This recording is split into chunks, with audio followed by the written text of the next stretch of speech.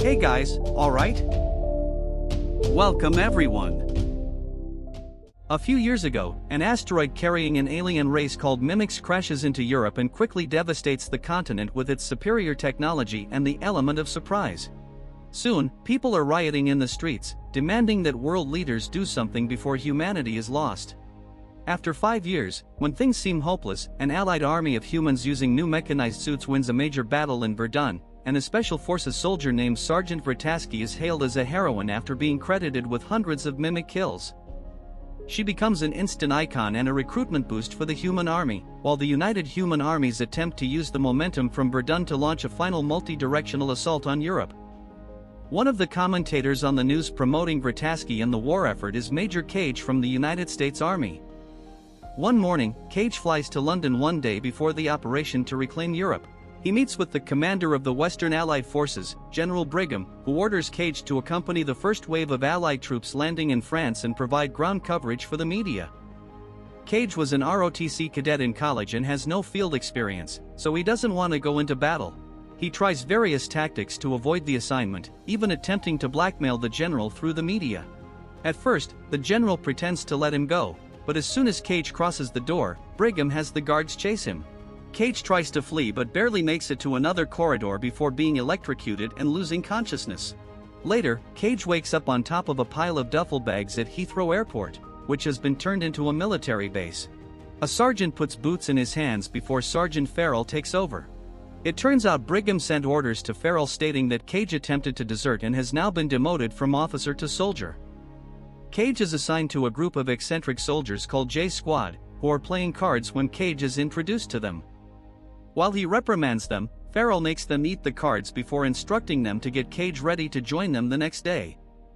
Hearing that Cage is a deserter who thinks he's above fighting puts him on everyone's blacklist, and Cage is sent for training. The next day is Invasion Day, and Cage gets his own suit, but the J Squad members don't even bother teaching him how to use it because they believe he'll die quickly. Cage watches as everyone moves freely and finds their favorite weapons easily, but he feels nervous and lost. On their way, Vrataski leads the army with pride, but Cage still tries to escape. However, the others quickly pull him back. All the planes take off quickly, but as they're about to reach the French coast, the back of their airship explodes. The squad jumps prematurely, but Cage is so scared that he doesn't jump until the explosion's fire is beside him. As they fall through the sky, explosions continue happening around them, and many soldiers are dead before they reach the ground. Although the operation to reclaim Europe was supposed to be a surprise attack, the Mimics seem completely prepared with a proper ambush and continue to massacre humans mercilessly. Cage lands safely, but he still hasn't managed to remove the safety from his weapon, so he runs in panic, watching people die everywhere. Both aircraft and humans seem to be catching fire, and Cage ends up falling when a plane crashes near him. Vrataski gets out and starts fighting with remarkable skill, but after exchanging a few blows, she gets distracted when she sees Cage on the ground, and something hits her from behind, killing her instantly. Cage immediately joins J Squad, and they try to form some kind of plan, but suddenly a mimic comes out of the ground and attacks them. While the other soldiers shoot desperately at the creature, Cage finally manages to unlock his weapons, helping to destroy the alien and feeling proud of it. Unfortunately, another alien is coming, and Cage refuses to give up without a fight, so he grabs a mine and detonates it, while the blue mimic jumps on him, thus killing both. This causes the alien's blood to fall on Cage and enter his body. Suddenly, Cage wakes up in panic on top of the duffel bags, with the same sergeant giving him the boots and Farrell taking him away again. Cage is confused, especially when he guesses everything Farrell is about to say, proving that the battle was not a dream. He goes through the meeting with J Squad, puts on the suit, and boards the plane exactly the same way, guessing what everyone will say to him. The explosion happens again, and this time, Cage remembers falling faster.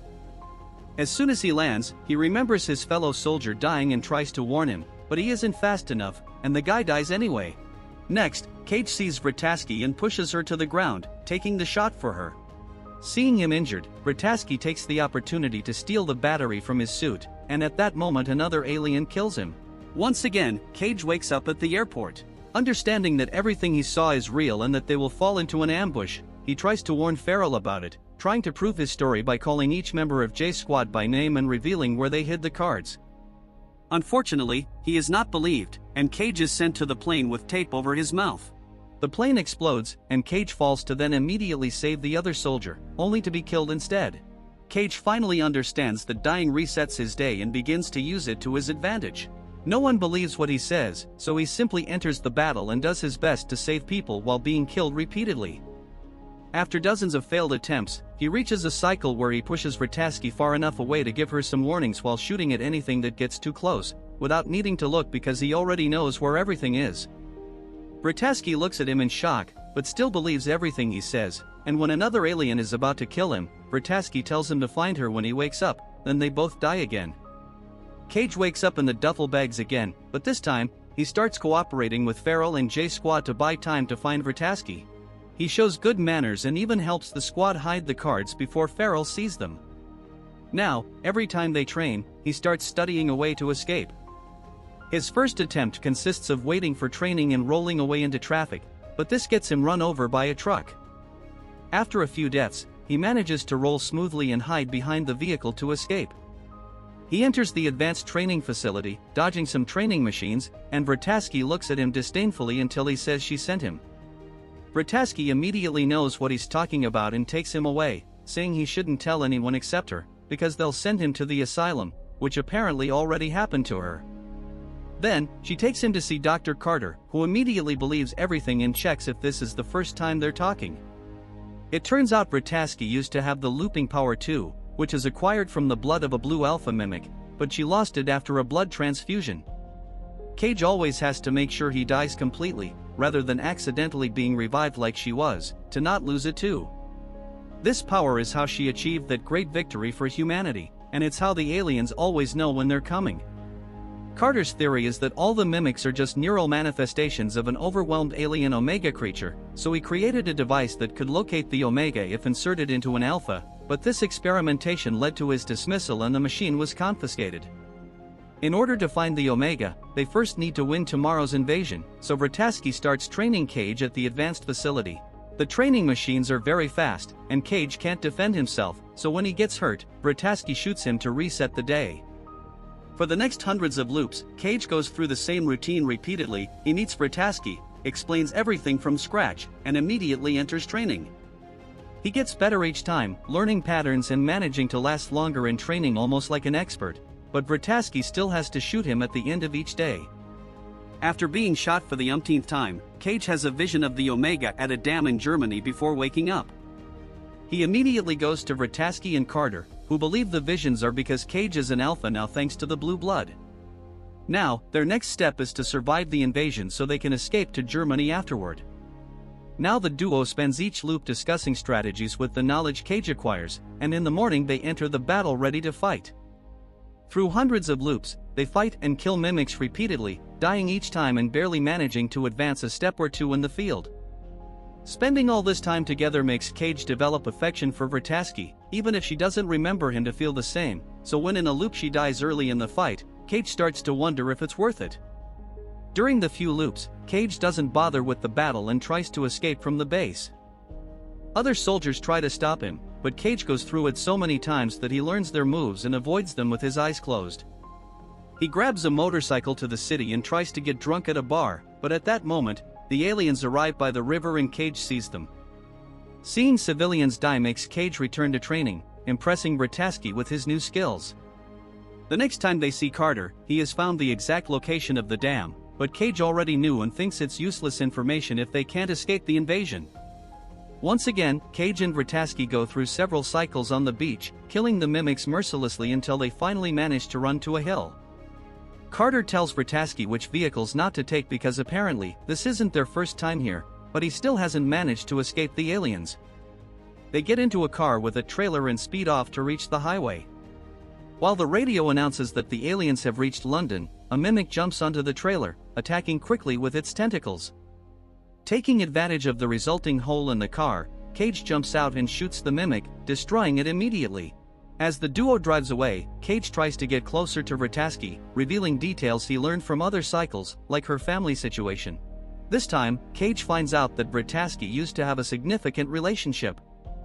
He was also a soldier, and she had to watch him die hundreds of times until she was out of the loop and he was truly dead. Eventually, the car runs out of gas and the suits run out of battery, so they leave them behind and enter a farm they find near the road. There's a helicopter in the backyard, and Vrataski wants to use it to escape. Cage buys time by offering to take care of her injuries, pointing out why the helicopter is a bad idea. Vrataski realizes Cage is trying to make her stay and demands the truth, so Cage reveals that they've been here many times and that she always dies. He hasn't found a way to fix it, so he wants to continue alone. Feeling offended, Vrataski gets into the helicopter anyway and tries to fly it, but she doesn't know how to pilot it. A mimic arrives and attacks her, and after fighting it and destroying the house in the process, the helicopter crashes and Cage has to watch Vrataski die again before the aliens arrive and kill him. In the next loop, Cage goes to Vrataski, but upon seeing her, he feels guilty and decides not to tell her anything. As he prepares for battle, he asks for more ammunition and doesn't even bother with a helmet, not needing it to easily kill a bunch of mimics thanks to his knowledge of the cycle, and he escapes the area again. After a few attempts, Cage learns to pilot the helicopter and finally arrives at the German dam alone. He sneaks carefully using flares just as a precaution, but when he finally reaches the center of the building, he is devastated to find it empty. At that moment, some mimics block his path, and he is attacked and injured, but before he loses blood, Cage jumps into the water to drown. In the next cycle, Cage goes to Vrataski and Carter to tell them that the Omega is not at the dam. They discover that the visions and Vrataski's success had been a trick by the intelligent mind of the Omega mimic to lure humans into invading Europe, where they would be ambushed and annihilated. With no other leads, the device Carter made becomes their last chance, but unfortunately, it was confiscated by Brigham. Vrataski and Cage make their next plan to retrieve the machine. Cage shows that to enter the administrative base, they have already spent a few loops there, learning the pattern of the guards and all the building's employees to move safely without being detected. When they finally get to Brigham, they tell him they've had this conversation many times. To prove it, Cage predicts everything the secretary is about to say or do. Impressed, Brigham retrieves the machine from the safe, saying he wants to be the first to use it, but Cage refuses because something could go wrong and he can't reset the cycle. Brigham gives them the machine and lets them leave, but it's a trick. Knowing that the guards are waiting for them to arrest them outside, just like the previous loop, this time the duo immediately runs to the parking lot and steals a car to drive as fast as possible, having to dodge all the bullets from the guards chasing them. While Vrataski drives, Cage injects the machine into her leg and his eyes turn black as he begins to have a vision. The Omega is underneath the Louvre Museum in Paris. Cage wakes up and tells Vrataski about it, as she manages to drive on the street, but the shots continue, and suddenly, a soldier in a suit blocks the road. With the strength of the suit, he manages to stop the car, and the crash causes the duo to lose consciousness. A few hours later, Cage wakes up tied to a hospital stretcher and under custody. He realizes he's out of the loop now because of a blood transfusion. As he struggles against the stretcher and falls while trying to escape, Vrataski appears and frees him. She intends to kill him, but he stops her just in time to explain that he feels he can't restart the loop anymore. Afterward, Vrataski sets them free, and they carefully infiltrate the base thanks to Cage's previous security knowledge. They have only 3 hours before the invasion and will need soldiers to kill the Omega without the loop. Cage decides to approach Squadron J and, to convince them he's telling the truth, reveals a bunch of their secrets he learned during previous loops. The squadron is impressed but unsure about following a stranger. Fortunately, the famous Vrataski steps in and immediately earns their loyalty. Instead of following orders, they steal a plane and fly away. Cage reminds everyone not to kill the blue alphas, as that would reset the day. They should only kill the orange aliens. He doesn't want Vrataski to come along because he can't reset her death now, but she refuses to stay behind. Upon reaching Paris, the mimics immediately start shooting at the plane, intending to protect their leader, and the first soldier dies. His best friend starts shooting through the plane door out of revenge, while the rest of the squadron jumps out, but the plane loses control and crashes to the ground, killing a few more soldiers. The sudden fall makes Cage fall into the water, and the weight of the suit keeps him at the bottom. He has no choice but to remove it to swim. Then, he carefully makes his way to the Louvre, devastated to find the area in ruins. A sudden noise startles him, but it's just Vrataski, who reveals that 3 squadron members also survived.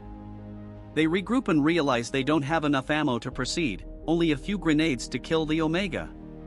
So, Cage has an idea. The plane can't fly, but its engine is running. so they could make it glide past the mimic defenders and directly to the museum. The two soldiers who still have the suits move all the wreckage aside and decide to stay as guards. Brataski makes the plane move, and the mimics immediately go after them, so the soldiers use their suits to confront them in a fight. They shoot all the ammo they have available and manage to kill some orange aliens, but it's not enough, and unfortunately, both are quickly killed. The mimics approach the plane next, and the third soldier also opens fire with all his might using the plane's artillery. Unfortunately, there are too many aliens shooting at once, and he is also killed. Cage immediately rushes to take over the artillery, firing at the mimics as fast as possible. The mimics jump on top of the plane and start destroying the roof, so Cage turns his gun inward. The aircraft crashes into some famous monuments, and the impact causes Brataski to be thrown from her seat. The out-of-control aircraft finally crashes into the museum, and Cage is thrown away, but he lands safely. Brataski survives the crash too, and grabs all the remaining weapons before joining Cage. The duo starts running through the main floor of the museum, though Brataski is slower because her leg is injured. They kill some aliens on the way, and Cage then drops a grenade before jumping into a hole in the ground, landing on top of a car in the underground area, and narrowly escaping the debris. As they hear the mimics upstairs trying to find a way to reach them, the duo realizes the area is flooded and realizes the Omega is hidden underwater. At that moment, an Alpha arrives in the area. Cage wants to distract the Alpha while Brataski kills the Omega, but she refuses, saying she's a better fighter and can be a better distraction. After giving him the grenades, Brataski thanks Cage for bringing her there, she kisses him, and says she would have liked to have known him better before all that. Then, Brataski starts running to make the Alpha mimic follow her, without attacking it to avoid resetting the loop. She tries to hide behind a car, but the mimic takes an alternative corridor and surprises her from behind, jumping on her to kill her. Meanwhile, Cage jumps into the water and swims around the wreckage, looking for the Omega. The Alpha dives too to chase him, so Cage tries to pass through narrow spaces to slow it down. After much desperate swimming, Cage finally finds the Omega, which looks like a huge glowing ball. As he prepares the grenades, the Alpha mimic catches up to him and stabs him with its tentacles. Cage drops the grenades, but when he turns around, he reveals he had already removed the pins.